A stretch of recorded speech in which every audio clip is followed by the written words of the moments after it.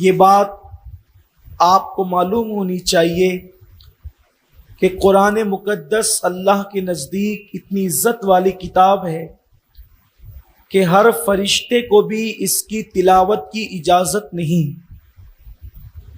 ہر فرشتہ اس کی تلاوت نہیں کر سکتا، صرف جو بہت مقرب فرشتے ہیں ان کو اس کی تلاوت کی اجازت ہے۔ تو جو دوسرے فرشتے جن کو اجازت تلاوت کی نہیں ہے وہ اللہ سے کہتے ہیں مولا ہمیں بھی تیرے کلام کی لذت چاہیے، تو اللہ فرماتا ہے زمین پہ جاؤ اور میرے جو بندے تلاوت کرتے ہیں ان کے منہ پر اپنا منہ رکھ دو اور وہ لذت حاصل کرو۔ یعنی جب کوئی بندہ قرآن کی تلاوت کرتا ہے تو وہ اللہ کے نزدیک کتنا مکرم اور عزت والا ہوتا ہے کہ فرشتے اس کی تلاش میں آتے ہیں اور اس کے منہ پر منہ رکھتے ہیں۔ اور یہ بات تجربات سے بھی شاہد ہے کہ جہاں قرآن کی تلاوت ہوتی ہے وہاں فرشتوں کا نزول ہوتا ہے۔ بخاری شریف کی ایک حدیث پاک کا مفہوم ہے کہ صحابی رسول حضرت اسید ابن عزیر رضی اللہ تعالیٰ عنہ، اسید ابن حزیر رضی اللہ تعالیٰ عنہ ایک بار بارگاہ رسالت مآب صلی اللہ علیہ وآلہ وسلم میں آ کر عرض کرتے ہیں یا رسول اللہ صلی اللہ علیہ وآلہ وسلم میں قرآن کی تلاوت رات میں کر رہا تھا، تو جیسے جیسے میں قرآن کی تلاوت کرتا جاتا ویسے ویسے میرا گھوڑا ہنہنانے لگتا زور سے۔ اصل میں الگ الگ جانور کی آواز نکالنے کو الگ الگ نام دیا گیا ہے۔ کتا آواز نکالتے تو اس کو کہتے ہیں کہ بھونک رہا ہے، اسی طریقے سے جو ہے وہ مرغ آواز نکالتے تو اس کو کہتے ہیں کہ بانگ دے رہا ہے۔ تو ایسی جب گھوڑا ایک مخصوص آواز نکالتے تو اس کو ہنہنانا کہتے۔ تو اس کی یا رسول اللہ میں قرآن کی تلاوت کر رہا تھا تو میرا گھوڑا اچھلنے لگا اور وہ ہنہنانے لگا، تو میں نے اس خوف سے کہ میرا بچہ اس کے قریب ہی تھا، رات کا وقت تھا اور بچہ میرا قریب ہی سویا ہوا تھا، تو میں نے تلاوت کو روک دی تو اس نے ہنہنانا بند کر دیا۔ پھر میں نے تلاوت شروع کی، اس نے پھر ہنہنانا شروع کیا، ایسے ہی ہوا۔ جب میں نے تلاوت بند کی تو میں نے کیا دیکھا کہ ایک تخت ہے اور اس میں کچھ قندیلیں ہیں اور وہ واپس جا رہی۔ جب میں تلاوت کر رہا تھا تو وہ نیچے کی طرف آ رہی تھی اور جب میں نے تلاوت کو روک دیا تو وہ اوپر کی طرف جانے لگی۔ اللہ کے رسول سے عرض کی کہ یا رسول اللہ کیا ماجرا ہے؟ سرکار فرماتے ہیں کہ وہ جو تخت نیچے آ رہا تھا، وہ جو قندیلیں، نور کی قندیلیں، وہ فرشتے تھے، فرشتوں کا نزول ہو رہا تھا اور وہ تیری تلاوت کو سننے کے لیے اتر رہے تھے۔ اگر تو تلاوت کو جاری رکھتا تو اس وقت اپنی ماتے کی آنکھوں سے تو فرشتوں کو دیکھ لیتا۔ لوگ فرشتوں کو دیکھتے ہیں اگر وہ تو تلاوت جاری رکھتا، یعنی فرشتوں کا، ملائکہ کا نزول ہوتا ہے قرآن مقدس کی تلاوت میں۔ حضرت شیخ فضل رحمان گنج مراد آبادی رحمت اللہ علیہ، شیخ فضل رحمان گنج مراد آبادی، یہ ہماری جماعت کے بہت بڑے بزرگ ہیں، ارشاد فرماتے تھے کہ قرآن پڑھنے میں جو لطف مجھے آتا ہے اگر یہ لطف میں کسی پہ ڈال دوں تو لوگ کپڑے پھاڑ ڈالیں اور جنگلوں میں دوڑتے پھریں۔ قرآن کی لذت جس دن لوگ محسوس کریں تو کپڑے پھاڑ ڈالیں اور لوگ جنگلوں کے اندر پھرتے پھریں، اس لیے کہ قرآن اللہ کا کلام ہے اور قرآن اللہ کا کلام ہے اور قلب مصطفیٰ صلی اللہ علیہ وسلم پر نازل ہوا۔ سب سے بڑی ذات کا کلام سب سے بڑی مخلوق پر یعنی مصطفیٰ جان رحمت کے دل پر نازل ہوا، اور سب سے پہلے قرآن کے الفاظ اگر کسی کی زبان سے نکلے ہیں تو وہ مصطفیٰ جان رحمت صلی اللہ علیہ وآلہ وسلم کی زبان سے نکلے ہیں۔ تو بندہ جس وقت قرآن کی تلاوت کرتا ہے گویا وہ اللہ سے ہم کلامی کا شرف حاصل کرتا ہے۔ قرآن کی تلاوت کرنے والا خدا سے ہم کلام ہوتا ہے۔ ہے، اللہ سے ہم کلامی کا شرف حاصل کرتا ہے۔ اسی لیے مولا مشکل کشا فرماتے ہیں جب میں چاہتا ہوں کہ خدا سے کلام کروں تو میں قرآن کی تلاوت کرتا ہوں، اور جب چاہتا ہوں کہ خدا مجھ سے کلام کرے تو میں نماز پڑھنا شروع کر دیتا ہوں۔ کس قدر بڑی بات ہے یہ، خدا سے ہم کلامی۔ کوئی سوچتا ہے کہ فلاں مجھ سے ٹھہر کر کھڑے ہو کر گفتگو کرے، کوئی مجھ سے ٹھہر کر بات کرے، کوئی مجھ سے بات کرے۔ کتنے نادان ہیں یہ لوگ، دنیا کے انسان کہ گانے تو گا سکتے ہیں مگر قرآن نہیں پڑھ سکتے، غیبتیں کر سکتے ہیں مگر قرآن پڑھنے کے لیے ٹائم نہیں ہے، جبکہ قرآن پڑھنے والا خدا سے ہم کلام ہوتا ہے۔ اور یہ بات میں نہیں کہہ رہا ہوں، یہ بات تو حدیث مبارکہ میں آئی ہے کہ خدا سے ہم کلام ہونا ہے تو قرآن پڑھ۔ فرشتوں کو قرآن، ہر فرشتے کو قرآن پڑھنے کی اجازت نہیں ہے، اور ہر مومن سے کہا جاتا ہے کہ پڑھو قرآن، اور پھر کیا کہا جاتا ہے محبوب کے ذریعے سے، ورتل القرآن ترتیلا، یہ قرآن کو ٹھہر ٹھہر کر پڑھو، اطمینان سے پڑھو۔ اور پھر کہا گیا کہ قرآن پڑھو تو قرآن کے ساتھ رویا بھی کرو۔ حضرت سیدنا ثابت بنانی رحمت اللہ علیہ نے قرآن پڑھا، اور قرآن پڑھتے پڑھتے آنکھ لگی تو اللہ کے رسول نے فرمایا کہ ثابت، قرآن تو ہے، تلاوت تو ہو گئی، رونا کہاں ہے؟ تلاوت ہو گئی، رونا کہاں ہے؟ اور آج بھی یہ قرآن مقدس کی برکت ہے، جو لوگ اچھا قرآن پڑھتے ہیں حضور اس کو پسند کرتے ہیں۔ آج بھی اچھا قرآن پڑھنے والے کو حضور پسند کرتے ہیں۔ غالباً اس واقعے کو شاہ ولی اللہ محدث دہلوی رحمت اللہ علیہ نے لکھا ہے کہ سیدنا شیخ عبدالحق محدث دہلوی بہت اچھا قرآن پڑھتے تھے۔ شیخ عبدالحق محدث بہت اچھا قرآن پڑھتے تھے، اور آپ اس زمانے میں دلی میں امامت کرتے تھے ایک مسجد کے اندر۔ رمضان شریف کا مہینہ تھا، سردیوں کے دن تھے، دلی کی کڑاکے کی سردی تھی، ایسے میں مسجد کے مصلی نماز کے لیے تیار تھے۔ شیخ عبدالحق محدث دہلوی امام ہو تو مقتدی کیسے ہوں گے، آپ سمجھ سکتے ہیں۔ ایسے میں زور سے کسی نے سلام کیا، مسجد میں قدم رکھا، السلام علیکم۔ مسجد کے سارے مصلیوں نے پلٹ کے وعلیکم السلام کا، اس لیے کہ لوگ یہ معمول نہیں تھا، وہاں یہ معمول نہیں تھا، اس لیے کہ عام طور پہ مسجد میں لوگ ذکر اذکار عبادت میں ہوتے تو آنے والے زور سے سلام نہیں کرتے، کیونکہ لوگ عبادت میں ہوتے۔ اگر کوئی کسی کو مل جائے تو وہ اپنی آواز میں سلام کر کے معاملہ ادا کر دیتا ہے، سنت ادا کر دیتا ہے۔ تو لیکن آنے والے نے زور سے سلام کیا، کہا السلام علیکم، تو لوگوں نے پلٹ کر کے دیکھا تو آنے والا بڑا خوبصورت تھا، دبلے پتلے بدن کا آدمی، خوبصورت، بڑا نورانی چہرہ تھا۔ اس نے اس کی طرف جب سب متوجہ ہوئے تو پوچھا کہ کیا عبدالحق آ گیا؟ کیا عبدالحق آ گیا؟ لوگوں کے چہرے کے رنگ بدل گئے، اس لیے کہ امام تو امام ہوتا ہے۔ یہ اور بات ہے کہ آج ہماری قوم کو امام کی اہمیت نہیں پتا، لیکن امام تو امام ہوتا ہے۔ تو لوگوں کے چہرے کے رنگ بدل گئے، تو پوچھا آپ کون ہیں؟ یعنی آپ یہ وہ بھی محقق علی الاطلاق، محقق یعنی جس کی تحقیق پر اہل ہند اس زمانے کے آنکھ بن کے یقین کرتے تھے۔ ہندوستان میں علم حدیث اب قیامت تک جو پڑھتا پڑھایا جاتا رہے گا وہ شیخ عبدالحق محدث دہلوی کی محنتوں کا صدقہ ہے۔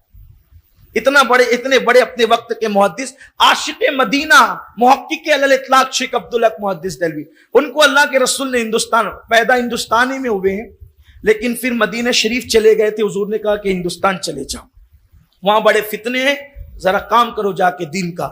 انہوں نے یہ کہا تھا کہ یا رسول اللہ آپ کے بغیر نہیں رہ سکتا، تو سرکار نے یہ بھی کہا تھا کہ چلے جاؤ وہاں دین کی حفاظت کرو، یہاں آتے ہو تو مزار دیکھتے ہو، وہاں یاد آئے گی آنکھیں بند کر کے گردن جھکانا، میرا دیدار کر لینا۔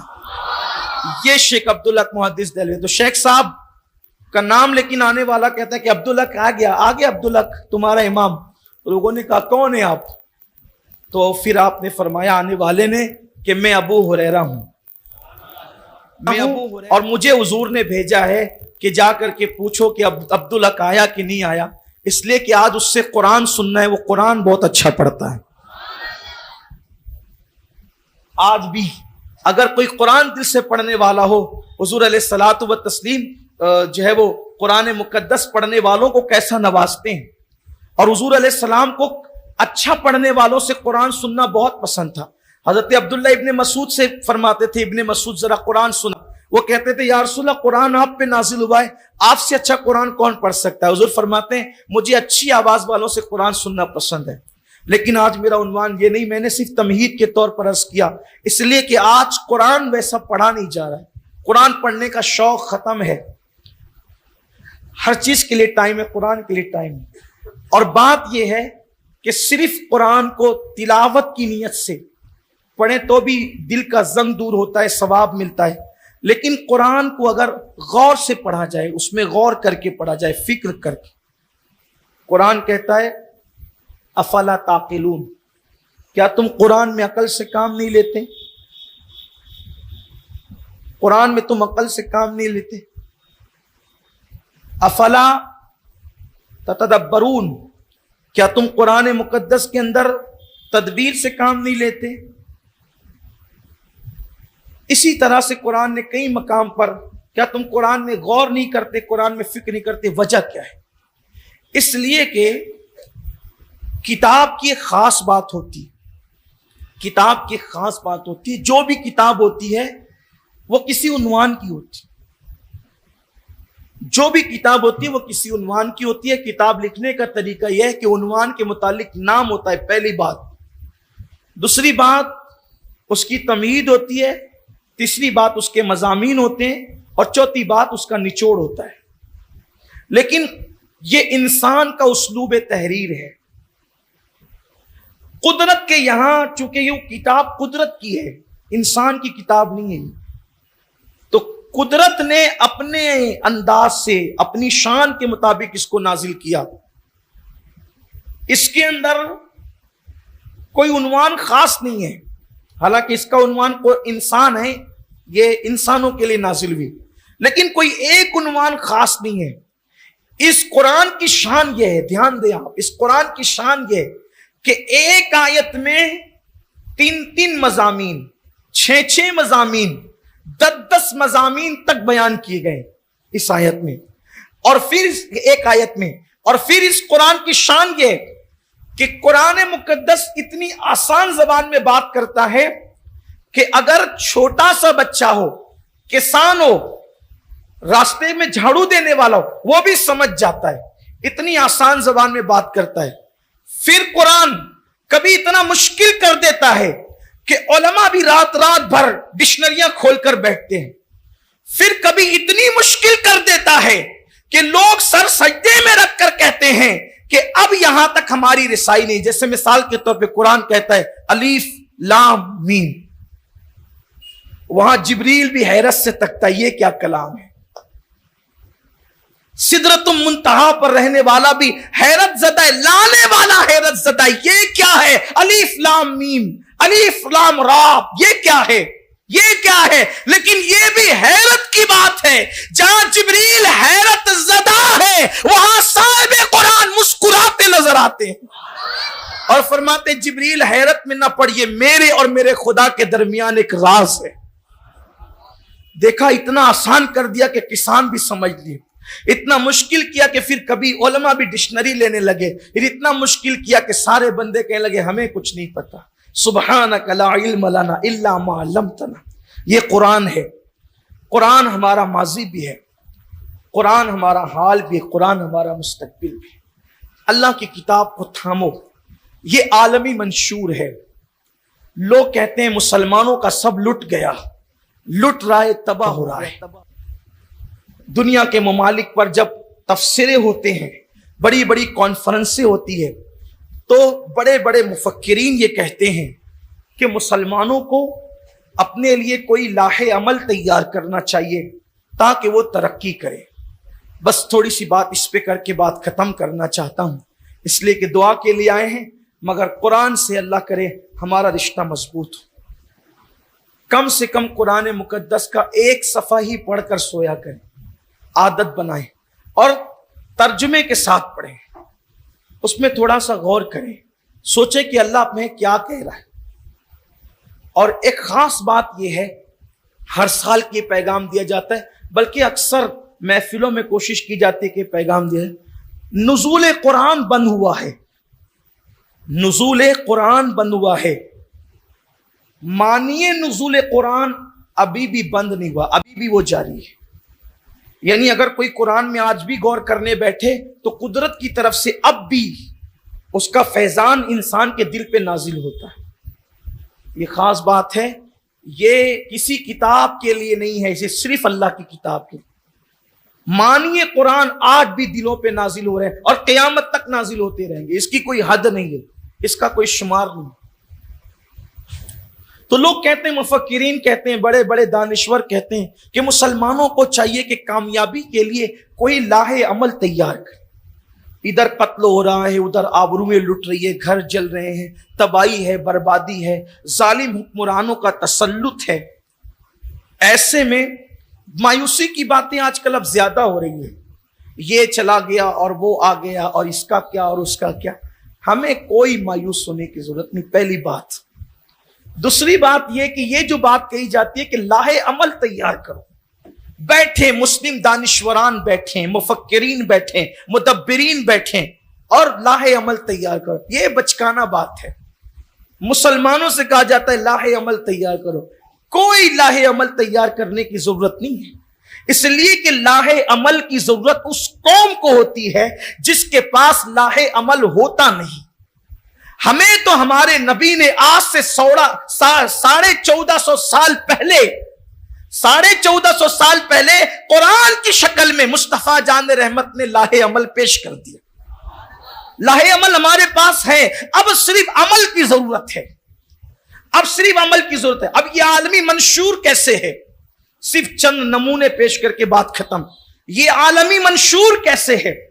منشور کا مطلب، طریقہ کار کا مطلب، قانون کا مطلب کہ کب آپ کو کرنا کیا ہے۔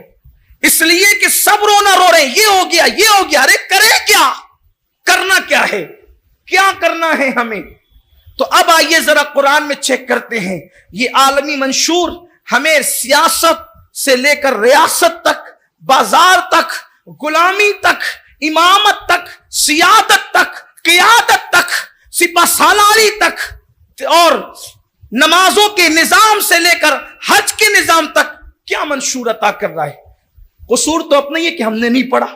ہر آدمی کہتا ہے میرے مولانا کی کتاب پڑھو، کوئی یہ کیوں نہیں کہتا کہ مولا کی کتاب پڑھو؟ آپ کہتے ہیں مولانا کی کتاب پڑھو، آپ یہ کیوں نہیں کہتے کہ مولا کی کتاب پڑھو؟ ہاں بس اس مولانا کی کتاب پڑھنا ہے جو قرآن کی صحیح ترجمانی کر رہا ہے، مجھے اس کا انکار نہیں ہے۔ جب کتاب ایک تھی تو امت بھی ایک تھی، جب کتاب ایک تھی امت بھی ایک تھی، کتابیں بڑھتی گئی، فرقے بڑھتے گئے۔ تو کیوں ایسا نہیں ہوتا؟ سب آتے قرآن کی طرف، سب آتے اللہ کی کتاب کی طرف، یا ان کتابوں کو پڑھتے جو قرآن کی صحیح ترجمانی کر رہی ہے۔ امت کو بانٹ دیا فرقوں میں، کیوں نہیں بلاتے خدا کی کتاب کی طرف؟ مصطفیٰ جان رحمت نے تو اللہ کی کتاب کی طرف بلایا تھا۔ حضور نے نہ ریاست کی طرف بلایا تھا، نہ سیاست کی طرف بلایا تھا، نہ برادری کی طرف بلایا تھا، نہ قبیلے کی طرف بلایا تھا، نہ خطے کی طرف بلایا تھا۔ حضور نے فرمایا تھا آؤ قرآن کے رنگ میں رنگ جاؤ اور ایک وحدت بن جاؤ، اور ہو گیا ایسا ہی۔ جہاں پر کالے اور گوروں کا برابر میں بیٹھنا ایک دوسرے کی توہین سمجھی جاتی تھی، وہاں مصطفیٰ جان رحمت نے ابو بکر بلال کو ایک ساتھ بٹھا کر کے بتا دیا یہ قرآن کا منشور ہے، یہ قرآن کا دستور ہے، یہ قرآن کا انداز ہے۔ دیکھا عرب کا گورا خوبصورت عظیم المرتبہ ہستی کو، حسین و جمیل ایک پکے رنگ کے غلام کے، اور بھی کس کے ساتھ بٹھایا؟ کس کے ساتھ بٹھایا؟ جس نے خود خرید کر آزاد کیا، اتنے بڑے محسن کے برابر۔ اور پھر سیدنا فاروق اعظم، عرب کا وہ خوبصورت انسان، جب بھی بلال کو پکارتے تو یہ کہہ کر پکارتے یا سیدنا بلال، اے بلال تو میرا سردار ہے۔ یہ قرآن کا انقلاب ہے، قرآن کا قانونی نظام ہے کہیں پر جس نے غلاموں کو سیدنا کہہ کے پکارنے کا انداز عطا کیا؟ تو بات یہ کر رہا تھا کہ کیا نظام ہے قرآن میں۔ دیکھو اس وقت تو حکمرانی بڑے ظالموں کی ہے دنیا بھر میں، کہاں ہے مجھے اس کا کوئی تفسیر نہیں، دنیا بھر میں ظلم ہے، جبر ہے۔ اب کرنا کیا ہے؟ جب ظالموں کی حکمرانی ہو تو قرآن کیا منشور عطا کرتا ہے؟ دیکھیے فرعون جیسا ظالم آج کون ہے؟ فرعون جس نے کہا کہ میں رب ہوں، انا ربکم الاعلی، جیسی صدائیں ایسے بدبختوں نے جو ہے وہ کیا. اب فرعون جیسا ظالم، فرعون جیسا جابر، فرعون جیسا بدکار بدترین انسان، لیکن قدرت نے فرعون اور حضرت موسیٰ کا واقعہ بیان کیا. پھر بتایا کہ ایسا ظالم جو اپنی حکومت بچانے کے لیے بچوں کو قتل کر رہا تھا، ہم نے اسی کے گھر میں موسیٰ کی پرورش کی. کیوں؟ جس نے حکومت بچانے کے لیے اتنے، بلکہ موسیٰ کے قتل کے لیے اتنے بچے قتل کروائے کہ موسیٰ پیدا نہ ہو، اس کے گھر میں موسیٰ کی پرورش کیوں رہی علیہ السلام؟ بس بات اتنی ہے کہ موسیٰ نے ہم سے تعلق مضبوط کر لیا تھا. اگر تعلق موسیٰ کی طرح کسی کا مضبوط ہو جائے تو وقت کا فرعون آج بھی اس کو پالنے پر مجبور ہو جائے. جناب موسیٰ کی طرح چلے تعلق کوئی مضبوط تو نہیں کر سکتا، لیکن ان کے نقش قدم پر تو کوئی چل سکتا ہے. میں ان کی شریعت کی اتباع کی بات نہیں کر رہا ہوں، اس لیے کہ مصطفیٰ جان رحمت کا قانون آ گیا تو اب سب کی شریعتیں منسوخ ہو گئی، لیکن عقیدہ توحید تو وہی تھا نا جناب موسیٰ کا جو ہمارا ہے، اس پہ کوئی مضبوط تو ہو کر دیکھیں. پھر دیکھیں آپ، اگر کوئی مایوس ہوتا ہے نا کسی کی دولت کے تکبر سے، گھمنڈ سے، کہ دیکھو وہ دولت کے بل بوتے پر مسلمانوں کو کچل رہے ہیں اور مسلمانوں کے جھوپڑوں کے سامنے مسلمانوں کو خریدنے کے لیے محل بتا رہے ہیں، تو قرآن کیا منشور پیش کرتا ہے؟ قرآن کیا منشور پیش کرتا ہے؟ تو قرآن بتاتا ہے کسی نے جنت بھی بنائی تھی اللہ کی جنت کے مقابلے میں، اور جنت بنائی تو اس دور کی ہر آرائش اس نے اس میں رکھی، لیکن خود کی بنائی ہوئی جنت میں جیسے داخل ہونے لگا 2 قدم اندر تھے گھوڑے کے اور 2 قدم باہر تھے. قدرت نے کہا خود کی جنت نہ دیکھ سکے، اس کی روح نکال لے. اس دن حضرت ملک الموت کو بھی ترس آ گیا، کاش کم سے کم خود کی بنائی ہوئی جنت کم از کم دیکھ ہی لیتا، نہ رہ سکا تو دیکھ ہی لیتا. قدرت بتا رہی ہے دولت مند بڑے نہیں ہے، میں بڑا ہوں. طاقت دولت مندوں کی نہیں چلے گی، میری چلے گی. میرے آگے سرسر خمیدہ ہیں، تو یہ سب کس کے لیے ہے؟ قرآن کہانی قصے کی کتاب نہیں ہے. اللہ فرماتے ہم تمہارا دل مضبوط کرنے کے لیے واقعات بیان کرتے ہیں. پھر رہی بات تجارت کی، پھر رہی بات معاش کی، پھر رہی بات دولت کی، تو قرآن مقدس دولت کو کی برائی بیان نہیں کرتا، بلکہ قرآن مقدس تو کہتا ہے، بڑے مزے میں قرآن مقدس کہتا ہے فَانْتَشِرُوا فِي الْأَرْضِ وَابْتَغُوا مِنْ فَضْلِ اللَّهِ، مسجدوں سے باہر نکلو، نماز کے بعد پھیل جاؤ اور اللہ کا فضل تلاش کرو. جس تجارت کو لوگوں نے دنیا داری کہہ کر تاجروں کے سر نیچے کر دیا، اس تجارت کو اللہ فضل اللہ کہتا ہے، اللہ کا فضل کہتا ہے. پھر اس کے بعد اللہ جب دولت مل جائے یہ فضل ہے تیرا، تو کیا کریں؟ اکڑیں، کیا کریں؟ تو قرآن پھر دوسرے مقام پر منشور عطا کرتا ہے، ہدی للمتقین. قرآن تو متقیوں کے لیے ہدایت ہے. اللہ یہ متقی کون ہے؟ تو کیا کہتا ہے؟ وَيُقِيمُونَ الصَّلَاةَ وَمِمَّا رَزَقْنَاهُمْ يُنْفِقُونَ.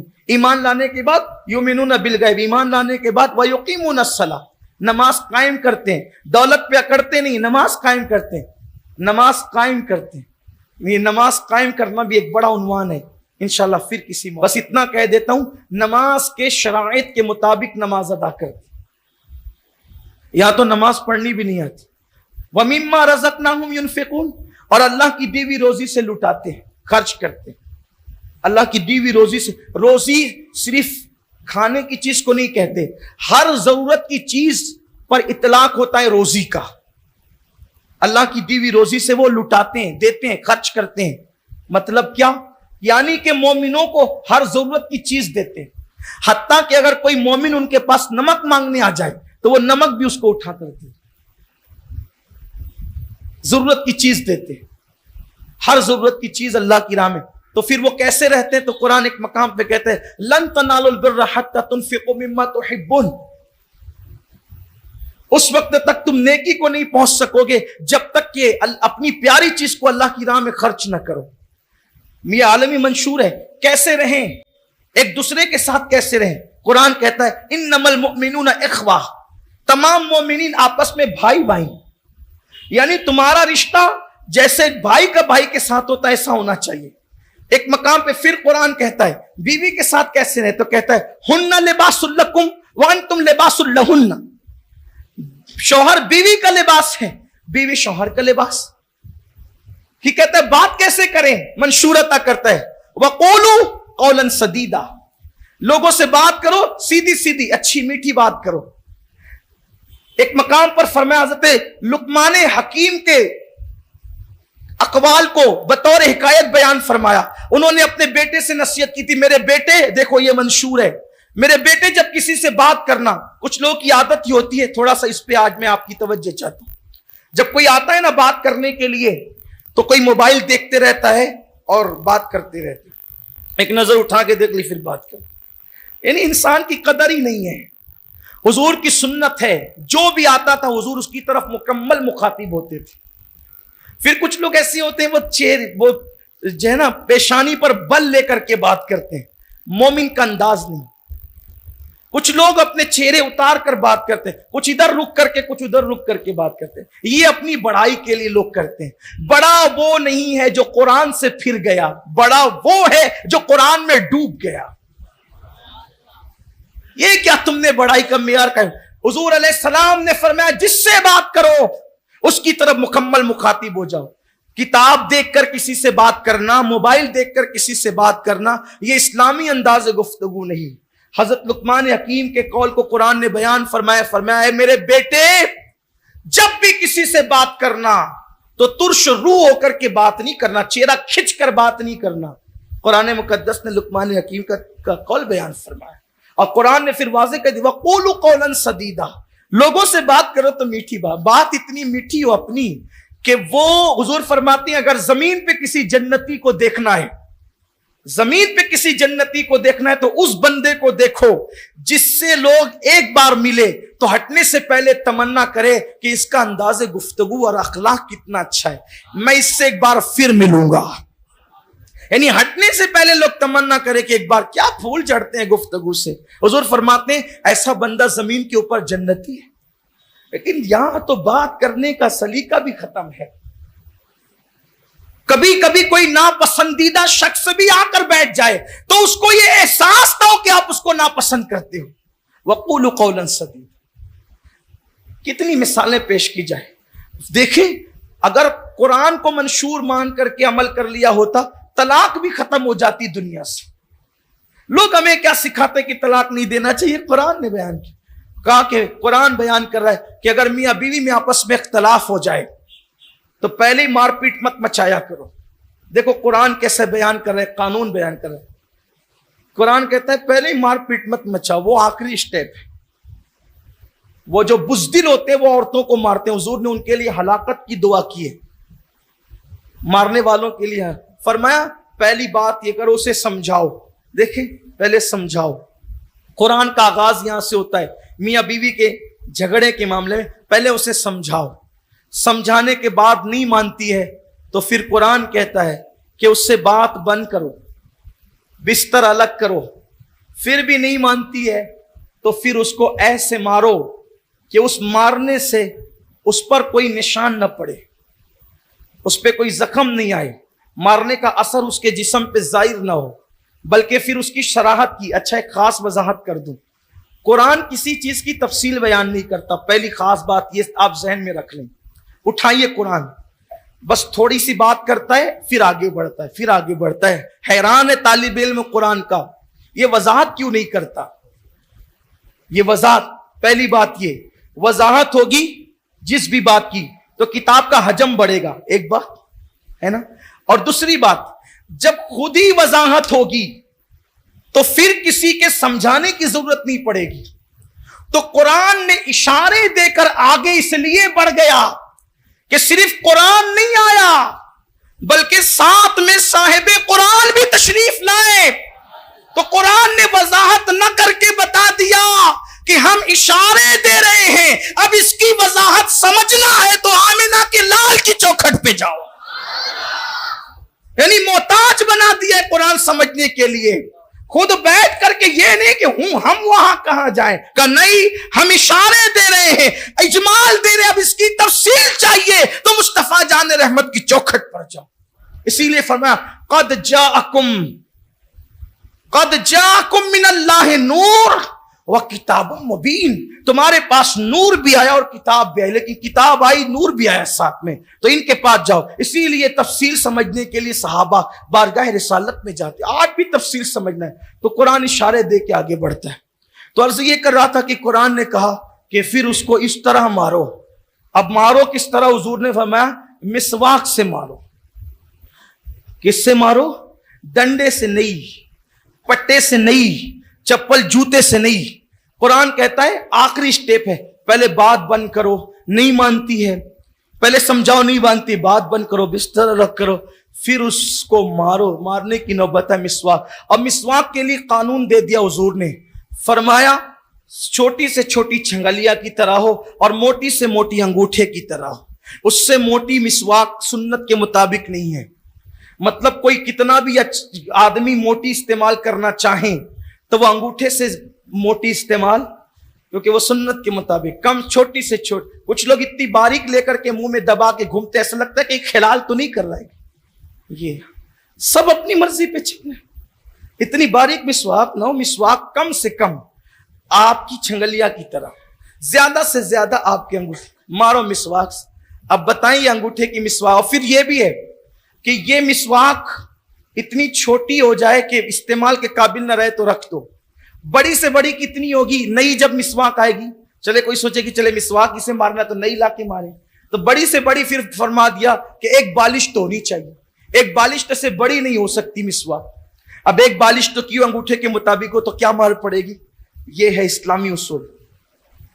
لیکن آپ جانیں، آپ کو پتا ہونا چاہیے، جو واقعی شوہر ہے وہ بیوی سے بات بند کر دیں تو بیوی نہ دن میں 4 مرتبہ سامنے سے آ کر کہے آپ ناراض ہیں، آپ ناراض ہیں، چھوڑیں غصہ، تھوکیں، مجھ سے بات تو کریں۔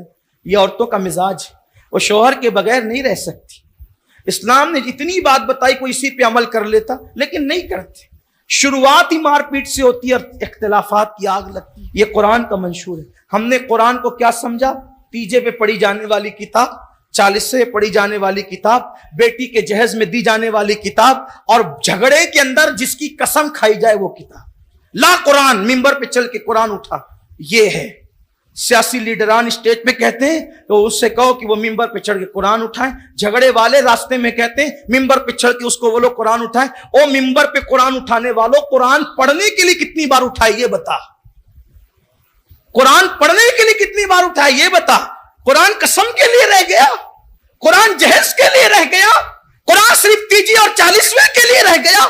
کتاب کس لیے آئی تھی اس کو کیا کر دیا؟ میں منکر نہیں ہوں، بالکل قرآن سے ایصال ثواب کیا جانا چاہیے، کیا جا سکتا ہے، لیکن قرآن صرف قرآن خانیوں کے لیے نہیں ہے۔ قرآن مقدس سمجھ کر اسے اپنی زندگی میں اتارنے کے لیے یہ منشور ہے۔ جس دن مسلمان نے قرآن کو اپنے ہاتھ میں یوں تھام لیا کہ یہ قرآن میری زندگی کے لیے نازل ہوا ہے، جیسے صحابہ نے تھاما تھا، اللہ نے جیسے ان بوریا نشینوں کو کائنات کا امام بنا دیا تھا، آج بھی اللہ تمہیں امامت عطا فرمائے۔ قرآن کو منشور سمجھ کر تو دیکھو۔ ڈاکٹر اقبال کے اس جملے پر اپنی بات ختم کر دیتا ہوں۔ بڑا مفکر تھا اقبال، بڑا دانشور تھا اقبال۔ اقبال نے اپنی قوم کو پیغام دیا اور بہت پیغام دیا۔ اقبال کا رشتہ قرآن سے بڑا مضبوط تھا۔ اقبال دعا کرتے تھے اللہ جو تو نے مجھے دکھایا ہے میری قوم کو دکھا دے۔ ہم نے اپنے بڑے بزرگوں سے سنا ہے کہ اقبال جب تلاوت کرتے تھے رات کو قرآن کی، اقبال جب تلاوت کرتے تھے، وہ شاعر تھا، دنیا اسے شاعر کی حیثیت سے جانتی ہے، لیکن اقبال کی زندگی یہ تھی کہ جب اقبال رات کو قرآن کی تلاوت کرتا تھا تو صبح کو وہ قرآن کا مصحف اٹھا کر کے گھر والے دھوپ میں رکھتے تھے۔ وہ قرآن اس لیے دھوپ میں رکھا جاتا تھا کہ اقبال تلاوت کرتے ہوئے اتنا روتے تھے کہ ان کے آنسو اتنے پڑتے تھے کہ قرآن بھیگ جاتا تھا اور پھر جو ہے وہ دھوپ میں سکھایا جاتا تھا روزانہ۔ اس طرح تلاوت کرتے تھے اقبال، بڑا رشتہ مضبوط تھا ڈاکٹر اقبال کا قرآن سے۔ اسی لیے اقبال نے جو باتیں کہی ہیں وہ کسی شاعر کے یہاں جلدی سے آپ کو نہیں ملتی. غالباً انہی نے کہا ہے کہ وہ زمانے میں معزز تھے مسلمان ہو کر اور ہم خار ہوئے تاریخ قرآن ہو کر. بڑی باتیں کہی ہیں اقبال نے، لیکن میرا عنوان وہ نہیں ہے. تو اقبال نے اپنی قوم کو مخاطب ہو کر ایک پیغام دیا ہے. انہوں نے عکاسی کی ہے، عکس لیا ہے قوم کے کیریکٹر کا اور بیان کیا ہے. ہمارے یہاں قرآن کھولتے کب ہیں؟ قرآن کھلتا کب ہے ہمارے یہاں؟ جب کسی کو سکرات لگتی ہے، موت ہونے والی ہوتی ہے، تو بھائی بھتیجے بھانجو کہتے لو قرآن لے کر کے بیٹھو، قرآن پڑھو، سرانے سورہ یاسین پڑھو. کیا عقیدہ ہے آج بھی مسلمانوں کا کہ قرآن پڑھیں گے، سورہ یاسین پڑھیں گے تو اس کی برکت سے موت آسان ہو جائے گی؟ یہی عقیدہ ہے؟ بالکل پرفیکٹ عقیدہ ہے، کیونکہ حضور علیہ السلام کی حدیث ہے کہ مرنے والوں کے قریب سورہ یاسین اور سورہ رعد کی تلاوت کیا کرو، اس کی برکت سے موت آسان ہو جاتی ہے. اب اقبال نتیجہ نکالتے ہیں. اقبال کہتے ہیں اے میری قوم، تو نے قرآن سے مرنا سیکھا، تو نے قرآن سے جینا کیوں نہیں سیکھا؟ اس لیے کہ جس قرآن کی تلاوت کی برکت سے جب موت آسان ہو جاتی ہے تو اس تلاوت کی برکت سے کیا زندگی کی مشکلیں آسان نہیں ہو سکتی؟ موت کی مشکل زیادہ ہے یا زندگی کی مشکل زیادہ ہے؟ موت کی مشکل سے بڑی کوئی مشکل ہے ہی نہیں. تو اقبال کہتے ہیں جب قرآن کی برکت سے موت کی مشکل آسان ہو جاتی ہے تو زندگی کی مشکل آسان نہیں ہوتی. پڑھیں قرآن، کھولیں قرآن، قرآن سے قریب آئیں. قرآن منشور ہے، اس کو پڑھیں، دیکھیں، ترجمہ پڑھیں. ترجمہ اردو زبان میں کنز الایمان ہمارے پاس ہے، اس کو دیکھیں، غور کریں قرآن کہتا کیا ہے. اللہ تعالیٰ سے دعا ہے کہ ہماری پوری قوم کو اللہ قرآن کے قریب کرے، یہ امت پھر قرآن کے قریب آئے. حضور نے 23 سال کی قلیل مدت میں جو انقلاب پیدا کیا ہے قرآن کی برکت سے. حضور نے قرآن پڑھا، لوگ چلے آئے، قریب آ گئے. بلکہ آپ کو حیرت ہوگی، صرف میں لمبی نہیں کرنا چاہتا تھا کیونکہ دعا کے لیے آپ آئیں، لیکن دل کا درد پیش کر رہا ہوں. آپ کو حیرت ہوگی جب حضور قرآن پڑھتے تھے تو ابو جہل، ابو لہب، عتبہ، شیبہ اپنے وجود پہ کمبل ڈال کر کان لگا کے چپکے سے سنتے تھے، الگ الگ چوری قرآن کی یار کوئی اچھا قاری پڑھے نا قرآن، اچھا قاری، تو آنکھیں آج بھی بہتی ہے ایمان والوں کی. ایمان والوں اپنا ایمان چیک کرنا ہے نا تو قرآن سننے کے بعد چیک. قرآن سن کے وحشت ہوتی ہے تو ڈرو کہ ایمان کا طوطا تو نہیں اڑ گیا، کیونکہ قرآن نے ایمان والوں کی شان بیان کی ہے. جب قرآن پڑھا جاتا ہے تو ان کا ایمان بڑھتا ہے، ان کا ایمان بڑھتا ہے. اور ایک مقام پہ فرمایا ان کی آنکھیں ابل پڑتی ہیں. قرآن جب پڑھا جاتا ہے تو ان کی جو ہیرو ہیروئن کو جدا ہوتے دیکھ کر ان کی آنکھیں ابل پڑتی ہے، قرآن سن کر ان کی آنکھیں کیا ابل پڑے گی؟ ہنسنے کی بات نہیں ہے یہ. ایمان تو نہیں نکل گیا دلوں سے، کفر کی دہلیز تک تو نہیں پہنچ گئے، کیونکہ ایمان والوں کی شان تو ہے کہ ان کا ایمان بڑھتا ہے، ان کی آنکھیں ابل پڑتی ہے قرآن سن کر. یہاں تو امام قرات لمبی کر دے تو لوگوں کو شکایت ہو جاتی ہے، بڑی لمبی پڑھ رہے ہیں آج کل امام صاحب، بڑی فرصت میں آتے ہیں. لا الہ الا اللہ، قرآن سننے کے لیے ٹائم. تو وہ لوگ تو آج عام قاری اچھا قرآن پڑھتا ہے تو اتنا مزہ آتا ہے. صاحب قرآن جب خود قرآن پڑھتے ہوں، حضور کی آواز کتنی خوبصورت تھی، حضور کی آواز کتنی خوبصورت تھی. حضرت داؤد کی آواز کا معجزہ یہ ہے کہ جب آپ اللہ کا کلام پڑھتے تھے تو پرندے ٹھہر جاتے تھے، اور حضور جب قرآن پڑھتے تھے تو ان کے آواز سننے کا مشتاق خود اللہ ہوتا. قل کہہ کے اپنی بات بھی لب سے تیرے سنی، اللہ کو ہے اتنی تیری گفتگو پسند. حضور کی آواز بہت خوبصورت، بڑی حسین آواز تھی حضور کی. حضور ہی حسین حسن والے تھے، بہت حسن والے تھے. اللہم صلی علی سیدنا و مولانا محمد وعلی آل سیدنا محمد صاحب الحسن والجمال صلی اللہ علیہ وآلہ وسلم. صلاۃ و سلام علیکہ یا قائد الغر المحجلین صلی اللہ علیہ وآلہ وسلم. بہت حسن والے. تو وہ الگ الگ آتے تھے اور قرآن مقدس سنتے تھے. سنتے تھے اور چپکے سے پھر نکل کر جاتے بھی تھے. پھر کیا ہوا؟ اچانک ایک دن ایسا ہوا کہ وہ بھی جا رہا تھا، وہ بھی جا رہا تھا، وہ بھی جا رہا تھا، ان سب کے گھر قریب قریب تھے، تو آپس میں ایک دوسرے سے ٹکرا گئے، آپس میں ایک دوسرے سے ٹکرا گئے. اور ظاہر سی بات ہے وہ وہاں کے سردار لوگ تھے، ان کو تو چھپ کر کے کہیں نکلنا نہیں تھا، رات کو چھپے ہوئے کمبل ڈال کر اس حالت میں چپکے چپکے جا رہے اور ایک دوسرے سے ٹکرا گئے، اور سب اسی حالت میں. تو ایک دوسرے سے پوچھتے سچ بتا کہاں گیا تھا؟ وہ بولتا سچ بتا کہاں گیا تھا، بولتا سچ بتا کہاں گیا تھا. آخر کار جب ایک ہی حالت میں سب ٹکرا گئے تو پھر بولنا پڑا سچ، جھوٹوں نے سچ کہا. محمد عربی قرآن پڑھ رہے تھے، وہاں گئے تھے، تب ایک دوسرے سے کہا سچ بولو وہ کیا پڑھتے ہیں، تم نے بھی سنا، تم نے بھی سنا، تم نے بھی، اور تم لوگ پڑھے لکھے لوگ اور شاعر لوگ، شعر کہنا جانتے ہو؟ کیا وہ شعر ہے؟ تحریر جانتے ہو؟ کیا وہ کسی ادیب کا کلام ہے؟ کیا ہے؟ تو سب نے بیک زبان ہو کر کے کہا نہیں، وہ کسی انسان کا کلام نہیں ہے، وہ غیبی قوت کا کلام ہے. اور پھر کسی نے کہا ماننے میں کیا جاتا ہے؟ تو پھر کہتے ہیں مان لیں گے تو اقتدار چلا جائے. سب کو پتا ہے یہ جو دنیا آپ سے گھبرا رہی نا، یہ دنیا جو آپ سے گھبرا رہی، انہیں پتا ہے کہ آپ کے پاس طاقت کیا ہے. آپ کو اپنی طاقت کا اندازہ نہیں ہے، آپ کو اللہ کے کلام کی طاقت کا اندازہ نہیں ہے، آپ کو اللہ کے کلام کی قوت کا اندازہ نہیں. آؤ قرآن کو تھامو، قرآن کو زندگیوں میں شامل کرو. قرآن مقدس کان کا استعمال، آنکھ کا استعمال، زبان کا استعمال، ہر چیز کا استعمال بتا رہا ہے. قرآن مقدس ہماری اپنی ذات پر غور کرنے کا حکم دے رہا ہے. دیکھو سائنس پیچھے پیچھے چل رہی ہے، قرآن آگے آگے چل رہا ہے. اللہ اکبر. لوگ پہلے آسمان و زمین کے درمیان کا خلا دیکھتے تھے، وہ کہتے تھے یار اس میں کیا کام ہے، یہ ایسے خالی پڑا ہوا ہے. لیکن اللہ فرماتا ہے ہم نے زمین اور آسمان کے درمیان کے خلا کو فضول نہیں پیدا کیا، عبث نہیں پیدا کیا.